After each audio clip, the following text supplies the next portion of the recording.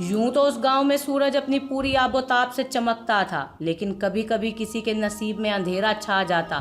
آج کا دن پینوں کے نصیب کا سیاہ دن ثابت ہوا کچھ یوں کہ گھر کے بڑے سے سین میں جھاڑو لگانے کے بعد پینوں نے گندے برتنوں کا ٹوکرا نلکے کے قریب رکھا جو کہ بیری کے درخت کے نیچے تھا۔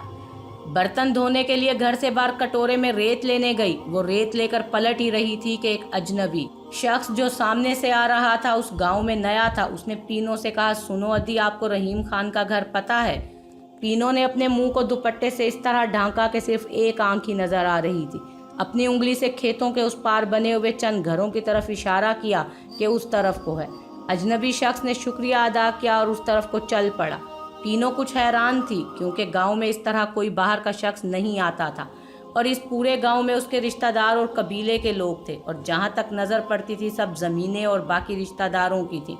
کسی غیر کو تو وہاں گھر بنانے کی اجازت ہی نہ تھی اور نہ زمین خریدنے کی۔ بہت دور باغوں کے اس پار نہر کے کنارے اس گاؤں کے شروع میں ایک ڈیرا تھا جہاں باہر کے لوگ آ سکتے تھے، لیکن گاؤں کے اندر تو سوال ہی پیدا نہیں ہوتا تھا۔ اس لیے پینوں بھی حیران تھی۔ اسی شش و پنج میں وہ واپس گھر کی طرف پلٹی۔ دروازے پر اس کی جیٹھانی کھڑی تھی جو اس شخص کی پینوں کے ساتھ بات کرنے کو اور جاننے کو کیا رنگ دے چکی تھی۔ جھٹ سے بولی، یہ کون تھا؟ تمہارا آشنا تھا؟ تم سے ملنے آیا تھا؟ پینوں کا چہرہ غصے اور دکھ سے لال ہو گیا۔ بھرجائی، کیسی گھٹیا باتیں کر رہی ہو؟ مجھے کیا پتا وہ کون تھا؟ وہ تو رحیم مامے کا پوچھ رہا تھا۔ لیکن پینوں کی جیٹھانی بھلا کیسے اس کی بات سمجھتی؟ وہ تو ویسے ہی پینوں کی خوبصورتی سے جلتی تھی اور پینوں کا اپنی ساس اور سسر کے ہاتھ کا چھالا بننا اسلتا تھا، لہٰذا یہ موقع وہ ہاتھ سے کیسے جانے دیتی۔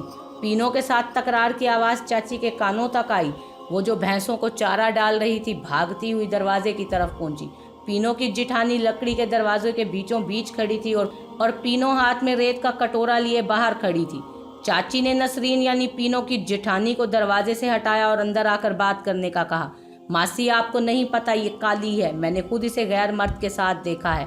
چاچی چیخی، یہ کیا بکواس کر رہی ہو؟ پینوں نے چاچی کے ہاتھ کو پکڑتے ہوئے کہا، نہیں چاچی، یہ جھوٹ بول رہی ہے، مجھے اللہ سائیں کی قسم، قرآن کی قسم۔ چاچی، مجھے اماں کی قسم، میں نے اس شخص کو نہیں دیکھا، میں نہیں جانتی وہ کون تھا۔ وہ تو خالی راستہ پوچھ رہا تھا، میں نے اسے صرف راستہ بتایا۔ بھرجائی جھوٹ بول رہی ہے، نسرین نے ہاتھ نچا نچا کر کہا۔ ہاں تو تجھ سے کیوں پوچھا؟ تیرا جاننے والا تھا کیا؟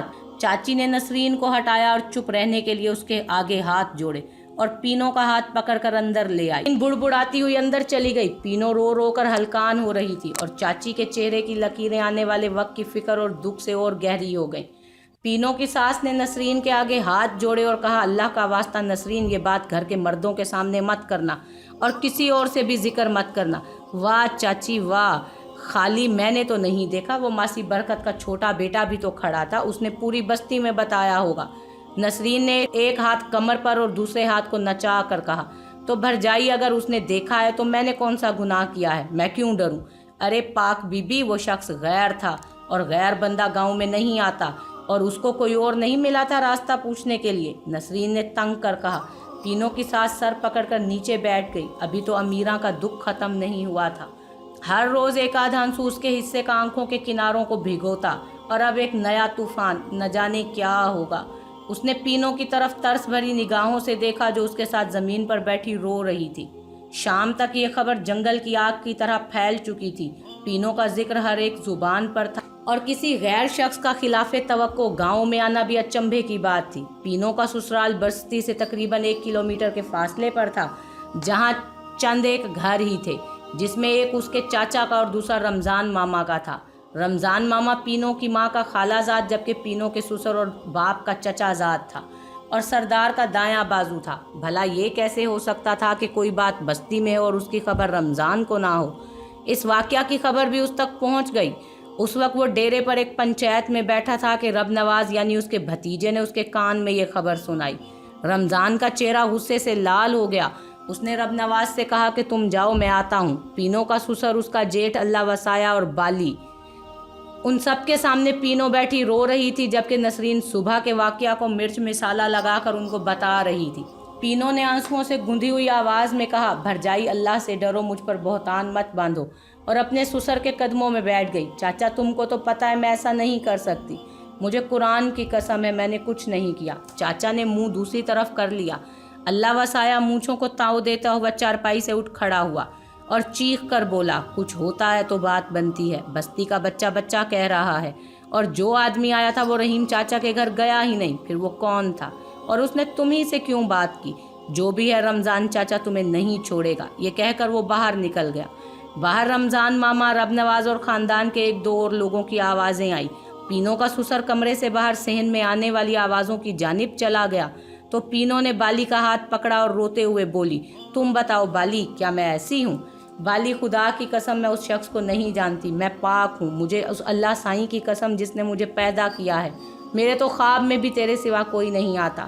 بالی جو پہلے ہی سکتے میں تھا ایک دم پینو کو گلے سے لگایا اور اس کے چہرے کو ہاتھوں میں لے کر بولا، مجھے پتا ہے میری پینو پاک ہے، مجھے پتا ہے یہ سب جھوٹ ہے، تم فکر نہ کرو، میں سمجھاؤں گا ابا سائیں کو، تم اندر ہی رہنا، باہر مت آنا، میں دیکھتا ہوں کہ باہر ہو کیا رہا ہے۔ صحن میں پینو کا باپ، اس کی ماں، گھر کے باقی افراد اور رمضان ماما تھے۔ شور بڑھ رہا تھا۔ پینو کی ماں دہائیاں دے رہی تھی کہ امیرہ کے خون سے تم لوگوں کو ٹھنڈ نہیں پڑی کہ اب میری معصوم دھی کے پیچھے پڑ گئے ہو۔ پینو کا باپ بھی دبی سی زبان میں کہہ رہا تھا، میری دھی ایسا نہیں کر سکتی۔ اس نے پینو کے سسر کی طرف دیکھتے ہوئے کہا، کیوں ادا، کیا تمہیں یقین ہے کہ پینو گناہ گار ہے؟ اس کی جگہ پینو کی ساس بولی، ارے میرا مٹھڑا بھرا، پینو دھی ایسی نہیں ہے، میں تو صبح سے قسمیں کھا رہی ہوں، ارے ظلم نہ کماؤ، بس کرو، یہ دھرتی بھی پناہ مانگتی ہے۔ بالی نے اونچی آواز میں کہا، بس بہت ہو گیا، خبردار میری زال کے بارے میں کسی نے اب بات کی تو وہ کالی نہیں ہے اور اس کے قتل کی میں ہرگز اجازت نہیں دوں گا۔ اس کو قتل کرنے کے لیے تم لوگوں کو میری لاش پر سے گزرنا ہوگا۔ اللہ وسایا نے رمضان چاچا کی طرف دیکھا جو پہلے ہی حیرانگی سے بالی کو دیکھ رہا تھا۔ ایک دم سے سانپ کی طرح پھنکار کر بولا، اوئے میں تو تجھے بڑا غیرت مند سمجھتا تھا، تو نرا بغیرت نکلا، ایک عورت کی چال میں آ گیا، تجھے پتہ بھی ہے تو کیا بکواس کر رہا ہے؟ ہاں مجھے پتہ ہے کہ میں کیا کہہ رہا ہوں، نہیں چاہیے مجھے غیرت مندی کا تمغہ، پینو میری بیوی ہے اور میں ہی فیصلہ کروں گا، اور یہ میرا فیصلہ ہے کہ پینو بے گناہ ہے۔ بالی دکھ اور غصے سے کانپ رہا تھا کیونکہ وہ پینو سے نہ صرف بے پناہ محبت کرتا تھا بلکہ وہ اس پر بھروسہ بھی کرتا تھا۔ اللہ وسایا غصے سے چلایا، اوئے بالی تجھے شرم نہیں آتی؟ چاچے کے سامنے کیا بکواس کر رہا ہے؟ پینو کمرے میں ڈر کے مارے کانپ رہی تھی۔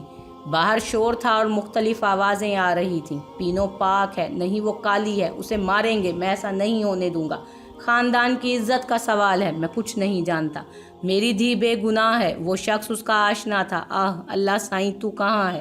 کالی، گناہ گار نہیں، معصوم، پاک، دودھ کی طرح پاک، کالی نہیں، ناپاک نہیں، سنسار کریں گے، سردار کے حوالے کریں گے، ماریں گے، نہیں مارنے دوں گا، کالی ہے، وہ میری ہے، مجبور ہے، پتر ان کی بات مان لو۔